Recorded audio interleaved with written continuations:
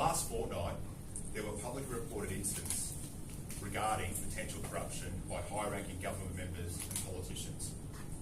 This includes a letter allegedly from the Minister for Finance instructing the release of approximately P&G Kinner $73 million in outstanding payments to multiple businesses. Days later, the Post-Courier reported that the Prime Minister had intervened, rightfully, to halt those payments. In recent days, we noted that the Finance Minister has now also been replaced. Additionally, just last week, media reports revealed that a court determined on the civil standard that the Mining Minister had paid bribes in the form of vehicles and cash to influence votes for an election. And yet, despite these and other stories, no official report of suspected corrupt conduct has been made to ICAC about these matters. The silence speaks volume. Part 4, Section 45(1) of the Organic Law of the Independent Commission Against Corruption requires that all leaders who are subject to the Leadership Code to report suspected corrupt conduct to the ICAC. There are those that are likely failed in their legal obligation to report.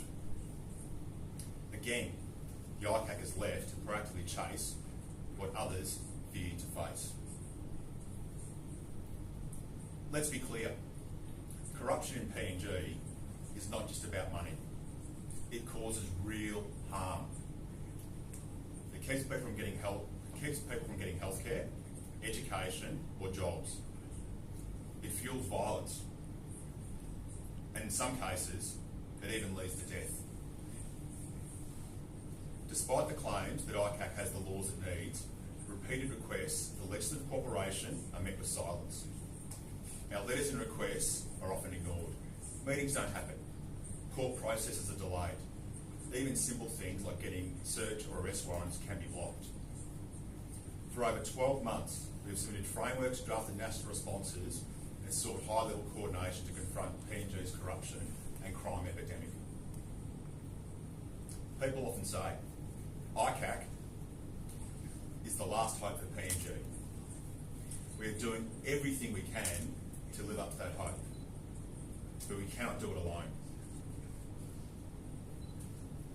Again, we ask all leaders in government and public service, work with us, take action, do your duty, stand up against corruption. We will keep going, but we need your help. For the sake of our people, this nation, and the future of this country. Be part of the solution and not part of the problem. So I thank you, ladies and gentlemen. I just want to briefly touch on the fact that today's agenda was initially sent out and talked about budget matters. I do want to highlight that we are having, and we do have positive engagement at the moment with the government around that funding. But funding is always obviously critical to these things. And being clear about our position where we are and our capability is also important because it's about managing expectations. We do need the support, much like I've asked for the support of people today in reporting these matters. So now, if you've got any questions, I'm happy to answer.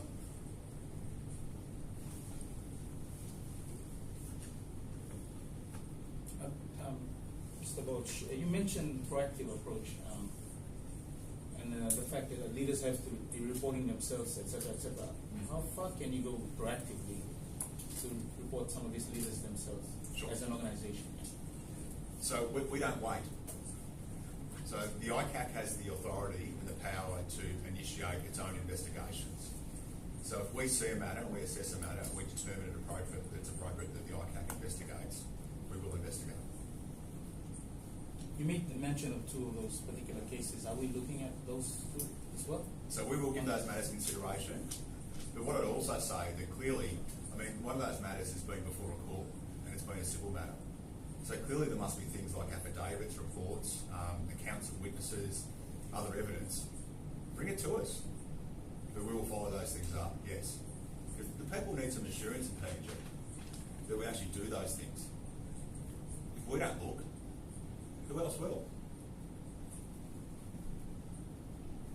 You know, funding is the universal lubricant to make everything work. Just run us through the drawdown of your funding, especially if it's budgeted. Who does it come through? We need to know how that works as well. So the ICAC, I think we're lucky in some regards that we do have our own operating account as the ICAC, where our budget is to go. The budget in any organisation is really, really challenging. For us, and we've talked about and had these concepts before, where we ask for a lot of our budget funding up front. And what that allows us to do is to actually make strategic decisions in what our priorities absolutely are. And quite often, I know a lot of you heard me talk about the mutual valuation report and the full operationalisation of the ICAC, which is a requirement under the MER for P&G to avoid the grey list. So for us, that requires us being over the road in our new office as best we possibly can, fully staffed and operational. We are still some ways away from that. And to be frank, I don't know if we'll be there this year as much as we hope it will be. Mr. Balchan Jr. from the Post-Courier newspaper. Can you explain on the complaint process if someone knows about corruption, sees corruption, how can they report to ICAC? Yeah, for sure.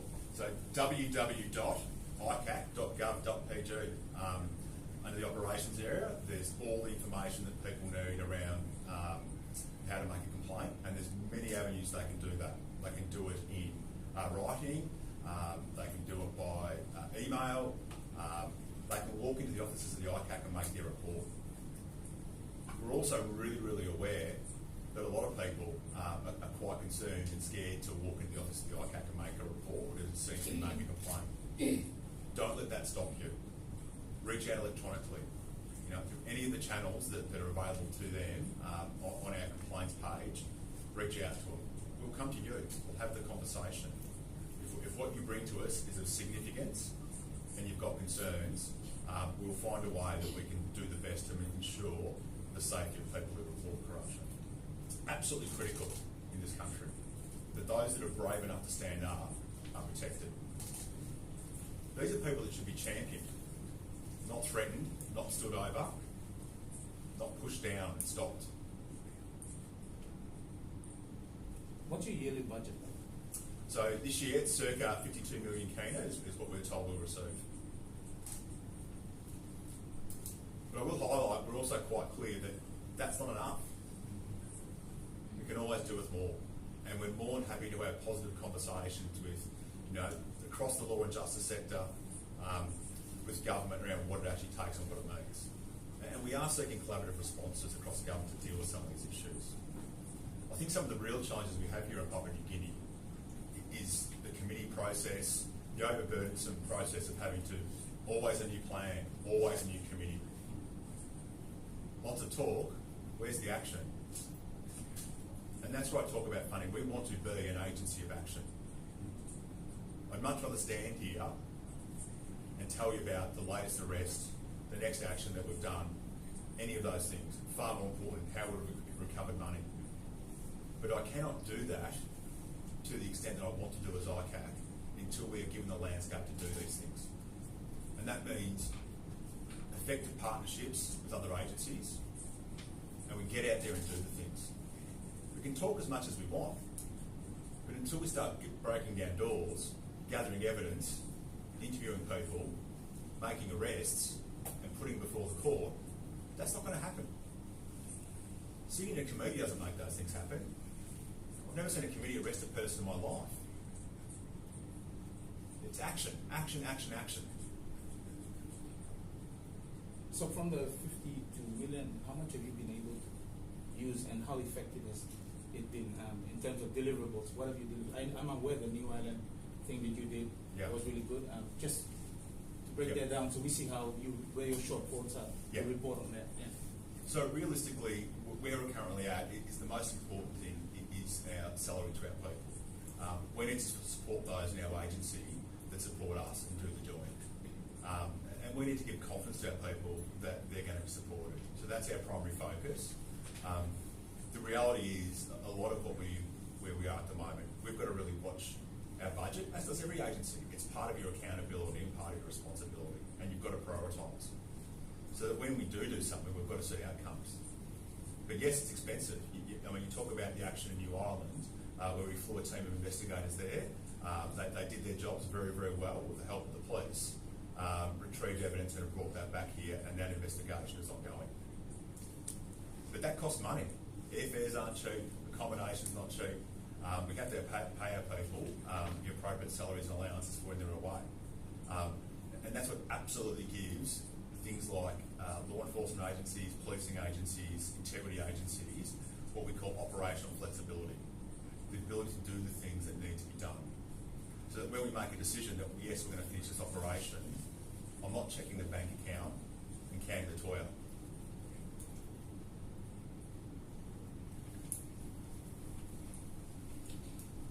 One more. There's a lot of expectation from people about ICAC, Yep. considering we already have an existing watchdog for the leadership code. Yep. How would you describe the difference between ICAC and what the Ombudsman Commission is all about? Yeah. Look, I can talk to the technicalities, but I think one of the plainest ways, and it's a really, really easy way for us to delineate the two at the current stage, is the ICAC is squarely focused on crimes. For the most part, corruption can be a crime, and sometimes it's not a crime. But we are squarely focused on crimes, and the state of affairs here in PNG is people take bribes and steal lots of money. And I think for us, that's a really, really clear focus. Having said that, though, we welcome any sort of partnership and work with the Ombudsman Commission, because duplication of effort is also a really, really big risk. And it's a conversation we have, particularly with the police a lot, because there are multiple matters we're looking at, they're looking at. Let's do it together. We are developing a really, really positive relationship with the RPNGC, and there'll be times we work together, there'll be times we work apart. But that is very much ongoing, and those relationships take time. The last one for me, the Prime Minister has always used ICAC and its establishment as a benchmark for his government. Do you have any thoughts or messages you want to convey? Because it's been used as an achievement for the democratic, our democracy. So just your thoughts on that. From the highest levels, it's been used as a benchmark. Yet we're talking about funding issues. Yeah. Politics is not my game. Yeah. So you won't hear me articulate and praise politicians very often. Mm-hmm. But what I will say, absolutely right, that a government should champion its corruption agency.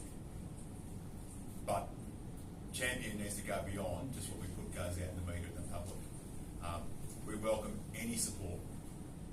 And it's not the support of one individual, it's the support of the nation that we absolutely value.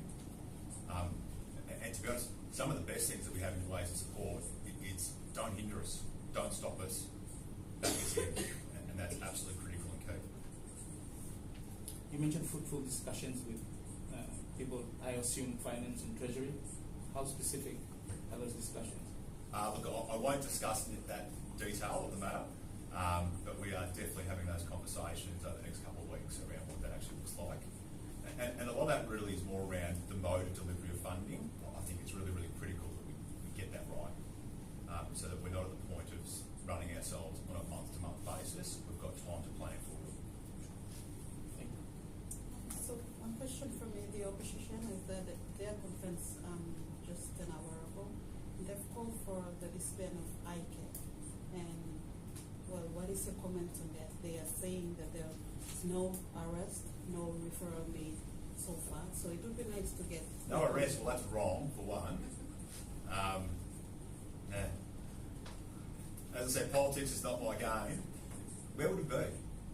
Because I can tell you now, to build an agency like this, we're 2 years in, and I look at all my people, I look at my staff that have from Papua New Guinea, I look at my staff that have come internationally. And the majority of us are absolutely shoulder to the wheel. Absolutely shoulder to the wheel. I actually find it offensive, because what I take that is a comment on my personal commitment to this crime, to this job. Those of you may have heard me say before, I hate crime. I hate corruption. I'm that passionate about it that I will do everything I possibly can. We used to have a saying in policing, and it'd be about all sorts of various issues. You can't arrest your way out of a problem. This country is completely different from that. We'll arrest the first 100, we'll see what that does. And if that doesn't work, I'll go for another 100. And so if anyone wants to challenge us, wants to challenge me personally, and say that I'm not doing my job, I welcome it. But I will fight to the very day until I leave this country for my job, because that's how much it means to me. That's how much it means to the ICAC to do that job.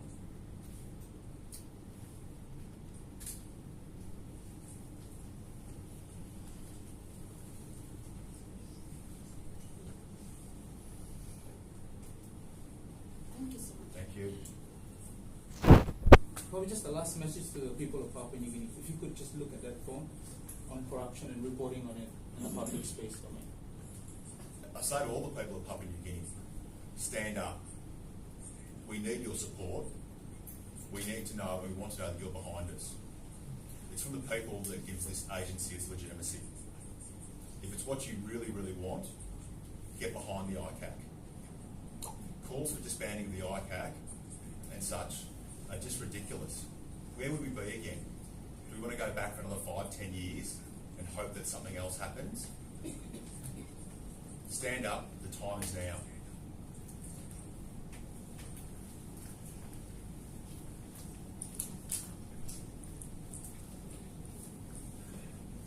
Well, thank you all. There's nothing further.